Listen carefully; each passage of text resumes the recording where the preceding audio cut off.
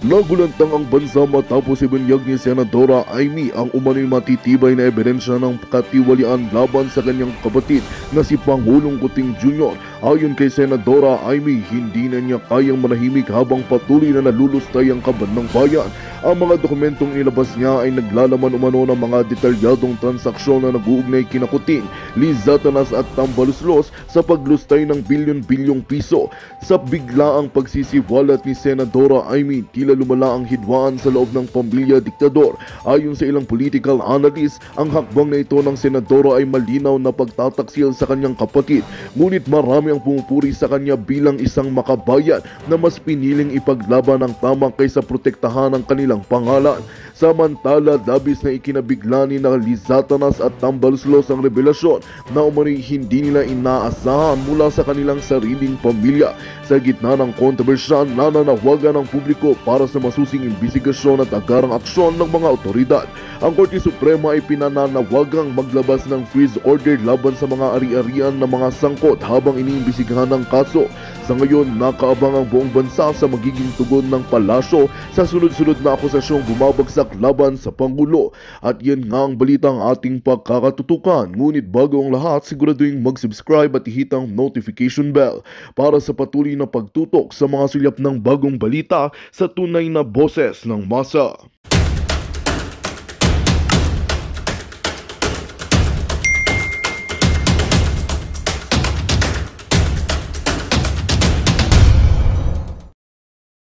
Corazon, talagang worst budget po to dahil kitang-kita po na ito po ay budget para po magamit no sa darating na eleksyon. Kasi po yung mga tradisyonal na pinagkukunan ng pondo ng mga politiko, DPWH, at saka po itong ayuda, bagong inintroduce po ito ng pamilyang ito, itong bagong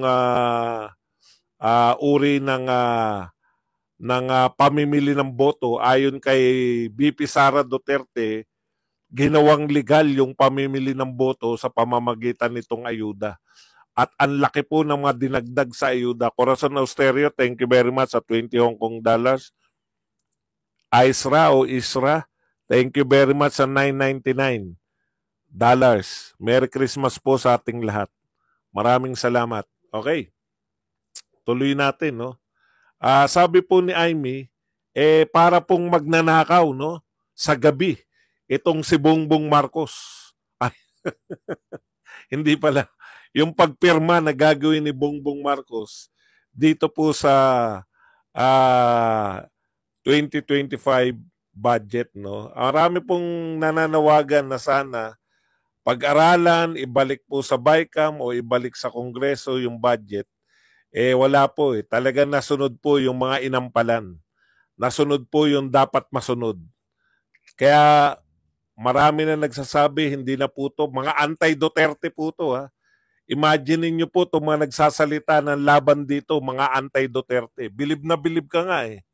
Yung mga anti-Duterte, Amik, thank you very much sa 199. Napapatatay Amik ka na. Number 113 party list. Panay tatay Amik kasi ang nababasa natin. Okay. Yun talaga, no? Yun po talaga. Sabi nga ni Amy, paano nila gagawin na maislasan, no? Kasi kinakailangan para maging legal daw, kinakailangan nila maislasan, matapyasan, no, ng pondo ito pong DPWH dahil hindi po obra sa konstitusyon ng Pilipinas na mas mataas pa po yung ibang departamento kaysa po sa education, no. Alam mo naman natin ang DPWH. Sabi nga, kung may mga tongpats, karamihan po nagmumula dyan sa mga proyekto. Pero okay lang sana kung big budget, kung yung mga big project, no, yung mga big ticket projects na tinatawag, mga naglalakihan tulay, infrastructure. Pero ayon po sa revelasyon ito ni Cielo Cutie Magno, ito po ay mga karamihan dito ay flood control at saka mga multi-purpose building na hindi po makakapag-create, no, ng yaman ng Pilipinas. Kanino ko ba narinig, no? Ay kay Attorney Vic. Rodriguez, narinig ko, no? Magbigay nga kayo ng halimbawa na yung ayuda raw. Yung mga taong nabigyan ng ayuda ay ikinaunlad niya yung pamimigay ng ayuda. Totoo po yan. Wala po. Wala pong bansa na umunlad sa ayuda. Pero napakaraming bansa po. Hindi po, baliktad. Bura. Walang bansa na naging mayaman dahil sa ayuda. Pero lahat po ng mayamang bansa ay nag-invest po sa infrastructure. Yan po ang pagkakaiba ng prioridad, no, ng nagdaang Pangulo at saka kasalukuyan. Ngayon po, ayuda ang ating priority. Nakalimutan na yung mga big ticket projects. Ayuda ang priority. Na alam naman natin pansamantala, no? Wala pong matagalang impact.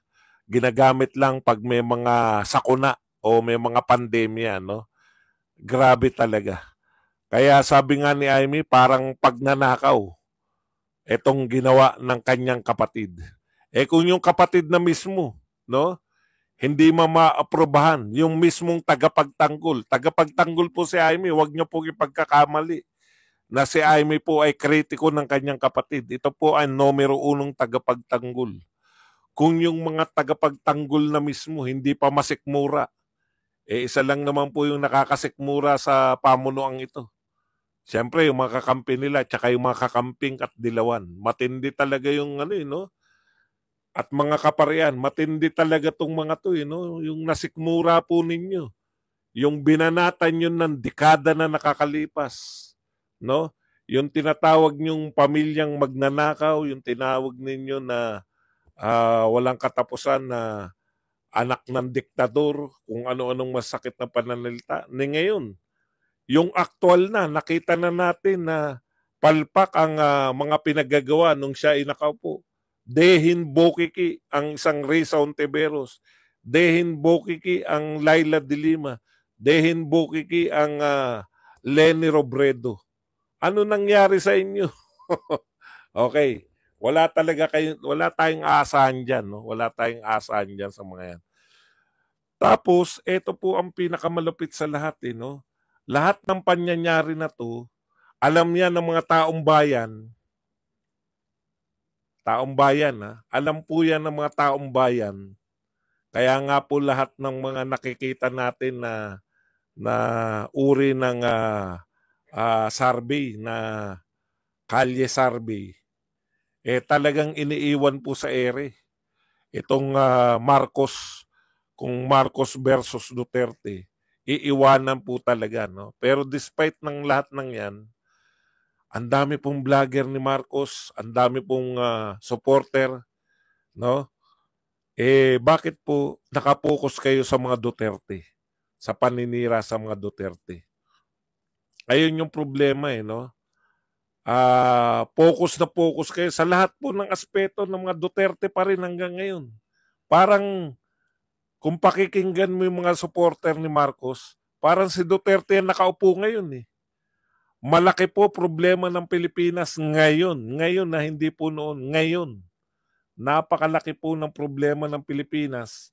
Pero balik kayo ng balik sa paninisi sa mga Duterte. Akalain mo, sisihin niyo yung Duterte sa pamamagitan ng sisisihin niyo yung Duterte sa PhilHealth ngayon?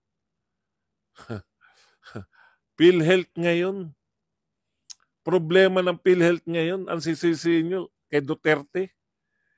Tapos na po, 2022 pa po, tapos na po si Duterte.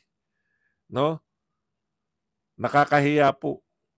Okay, disgruntled, pati po yung ating kasundaluhan, yung mga PMAers sa mga PMAers group.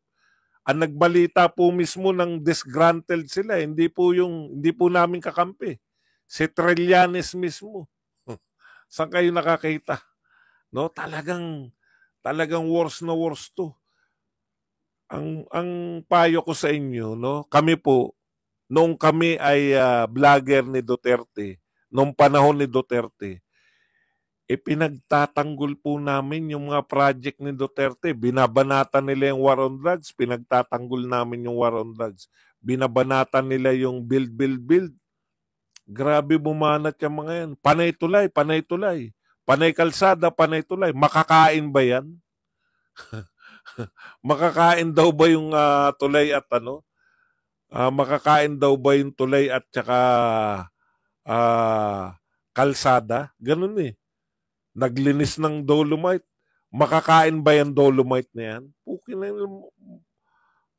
Mga mukhang paglamon lang eh. Ngayon, yun talaga, literal lang. Kaya pala, ganun ang atake nila. No? Pagdating ng ngayon, namumuno na tong Marcos, ayuda at pagkain lang. Puta, pagpag ang inyong nang hingi ng donasyon, pagpag pala papakain ng nyo sa mga tao, puta, tindin nyo naman, budgetan nyo naman. Okay. Meron dito nakakatawa na binabanatan nito ngayon may problema, malaki po problema natin ngayon sa pagbabudget.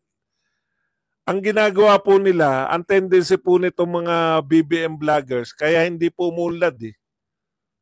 No?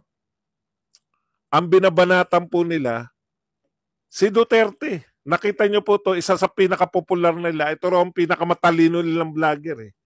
Ayan no, sabi ni Bukbuk Jared, sa 7.3 trillion na utang ni Duterte nung pandemic. Tandaan niyo po itong mga numero ha. Ang inutang daw ni Duterte sa 6 na taon niya, 7.3 trillion. Ha? 7.3 trillion inutang ni Duterte. Aminado to na merong pandemic. Pero sinasabi niya, 600 billion lang daw yung ginamit ni Duterte sa pandemic response. Bakit daw umabot ng 7.3 trillion ang utang? Di ba? Pag bobo ka, katulad ng mga followers nila, ay talaga, si Duterte talaga nagpalubog sa Pilipinas. Una po, tapos na si Duterte. Ngayon tayo may problema sa utang ni Marcos. Ngayon tayo may problema, ngayon tayo nababaon sa utang. Bakit walang nagrereklamo sa pangungutang ni Duterte noon? Bakit kaya? Tanungin natin. May nagrereklamo ba? Meron po nagrereklamo yung mga diluan. Pero ang dali po natin pagpagin eh. Di ba? Ang sinasabi natin, ang pangungutang, ganito ko po pinapaliwanag yung pangungutang eh. Sino sa mga bilyonaryong negosyante ang walang utang? Umuutang po sila para magpalaki po ng kanilang puhunan. Di ba? Si Ramon Ang, sa tingin nyo yung may-ari po siya ng San Miguel. Siya rin po yung nagpatayo ng Skyway. Sa tingin nyo ba si Ramon Ang, yung kanyang Skyway na pinatayo, hindi niya inutang? Inutang niya po yan. Kasi may pera siya pero nasa San Miguel. Alangan namang ibenta niya San Miguel para makapagpatayo siya ng Skyway. Kaya siya umuutang para makapagpatayo siya ng Skyway. Ngayon tapos na, kubra na lang siya ng kubra. 'Di ba? Wala pong problema sa pangungutang kung ginagamit mo to sa pamumuhunan. Kung ikaw po ay presidente ng Pilipinas, ginamit mo sa pamumuhunan, saan po 'yan? Ang utang po na ginagamit sa pamumuhunan ay through infrastructure. Tanong, meron po bang infrastructure nung panahon ni Duterte? In fact, lahat po umaamin, panahon po ni Duterte, yung golden age of Philippine infrastructure. Pinakamaraming napagawang airport, seaport, tulay, kalsada, si Duterte, no doubt. Dapat bang mamuhunan sa Pilipinas? Dapat po. May namroblema ba ng pag-utang ni Duterte? Wala. Bakit? May nakikitang malalaking proyekto. Walang tulay, nagkaroon ng tulay. Walang highway, nagkaroon ng highway. Simple lang. Umuutang si Duterte, bukod pa dyan, may pandemya pa. Ngayon, tanong, hindi na ba nangungutang si Marcos? Nangungutang pa rin. Nasaan ang pinagawa? Pakita mo. Sige. Wala ka nakita? Kawawa ka naman. Pumipikit ka yata. Ako, naaawa po ako sa mga tao na Asan daw yung pinagawa ni Duterte? Sabi nga ni Duterte, hindi ko na kinakailangan ipagmalaki. No? Dahil tumingin-tingin lang kayo sa paligid. Ayan yung mga pinagawa ni Duterte. Ito po nagtatanong, asan yung pinagawa? Baka si Marcos yung tinatanong mo. Mapapahiya ka lang, Brad. Huwag ka na magtanong ng ganyan at mukha kang tanga. Yan yung problema nyo eh. Pati katotohanan, dinideny nyo eh. Ang katotohanan po, bakit ko ipakikita? Tanga ka. Bakit ko po ipapakita? Napakatanga mo. Alam niyo po, ang katotohanan, hindi niyo po pwedeng i-deny. Katotohanan yan eh. Nakakatawa, no? Pati katotohanan sa'yo, i-deny mo. Masabi mo lang na wala talagang proyekto si Tatay Digong. Digong tong sinasabi natin, ha? O ngayon, ito po ang katotohanan. Tanong, may pandemya po ba ngayon? Walang pandemya ngayon. Meron po ba kayo nakikitang malalaking proyekto? Wala din. Tanong, nangungutang ba ngayon? Nangungutang? Nangungutang pa rin, walang proyekto, walang pandemya. Para butatain natin to si Jared. Dalawa kasi punto niya eh. Malaki inutang ni Duterte. Pero maliit lang yung ginasto sa pandemya. Ito muna tayo sa malaki inutang. Okay. Malaki inutang. Ang inutang po, nautang po ni Duterte, 7 trillion. Tanong nyo po, kung magkano na ang utang natin ngayon? Okay. Iniwan ni Duterte ang Pilipinas 12.76 trillion ng utang. 12.76 trillion ng utang. So magkano na dagdag? More or less 4 trillion na. Dalawang taon at kalahati pa lang si Marcos. 4 trillion na ang nadadagdag na utang. More or less. Kasi ang utang natin ngayon, hindi pa po kasama yung December. October pa lang po. Hanggang katapusan ng October 2024, 16.02 trillion na. So kung iniwan ni Duterte 12.76, more or less 4 trillion na po ang nadagdag sa panahon ni Marcos. Ang tanong, may pandemya ba ngayon? Walang pandemya. Meron po bang malalaki kayong nakikita na ipagmamalaki silang malalaking proyekto? Wala rin. Bakit nagkakautang ng malaki? Di ba? True to my assumption na ang ginagawa lang ng mga vlogger, wag niyong tanggalin yung mga ang ginagawa lang po ng mga vlogger ay ni BBM at mga supporter, paninira. Yan po, halimbawa yan ng paninira. Obvious na tinatanong niya ano daw mga nagawa ni Duterte, ipakita ko daw. Bakit ko ipapakita sa'yo? Lihim namin yan eh. Nililihim namin yung Skyway, nililihim namin yung mga airport, seaport. Lihim po yan, tinatago namin sa inyo para hindi nyo makita.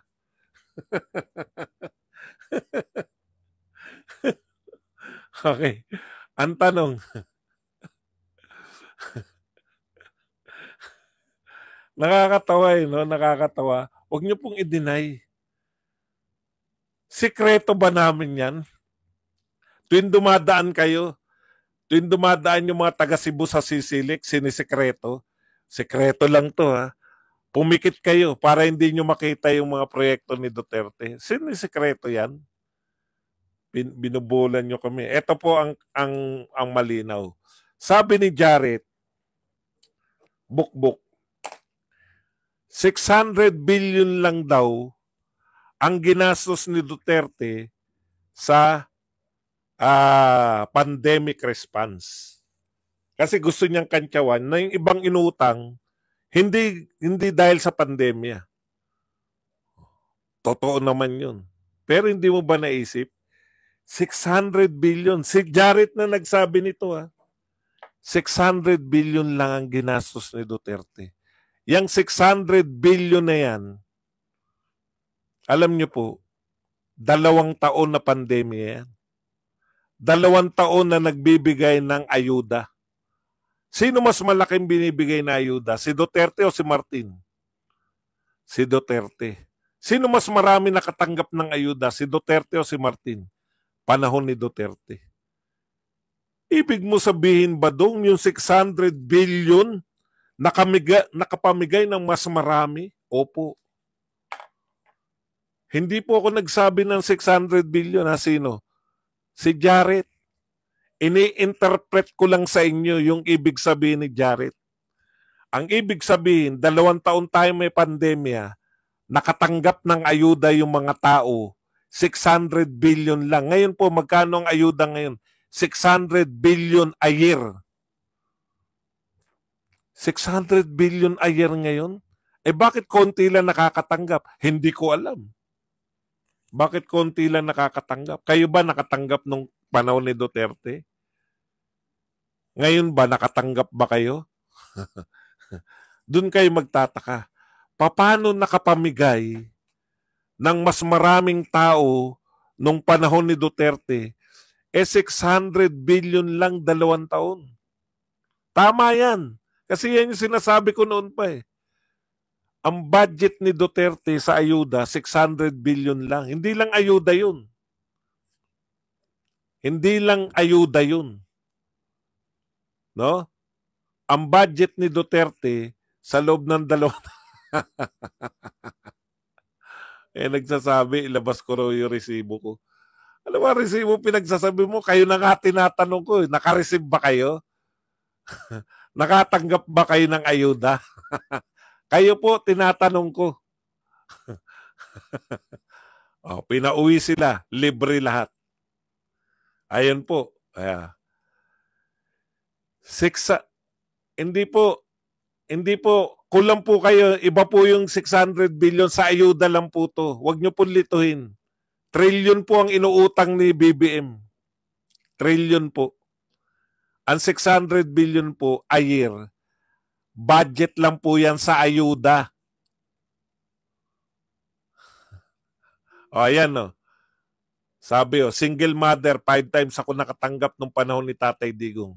Lahat nabibigyan ng ayuda panahon ng PRRD. Hindi po ako. Huwag mo ko hanapan ng resibo. Kayo tinatanong ko kung nakareceive kayo. Sasabihin mo lang naman, hindi ako nakareceive. Bakit mo ko hanapan ng resibo? Kayo nga tinatanong ko eh. Nakareceive ba kayo? Ngayon, eto po ang tanong. 600 billion, sabi ni Jared, kasama pa po yung injection. Bumili pa tayo ng panturok sa atin. Kasama pa ron ba dun? Oo, kasama pa ron.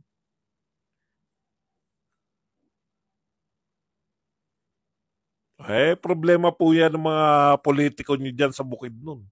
Bakit hindi nakarating yung ayuda dyan?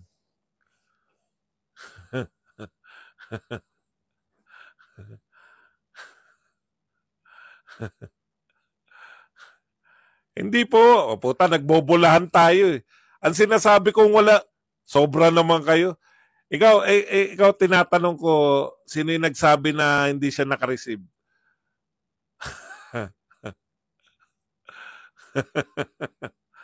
Confidential yan kaya wala resibo. Joe M. Barba. Hindi ka ba nakatanggap ng ano? Wala ka nakita? Walang taga-inyo na nakatanggap ng ng ayuda? Ako matitiyak ko sa inyo, wala pa rito nakatanggap ng ayuda ngayon eh. Aampoin ko lang mga kapatid, 600 billion ngayon a year ang budget. Dati 600 billion, 2 taon. Hindi lang ayuda yun. Kasama.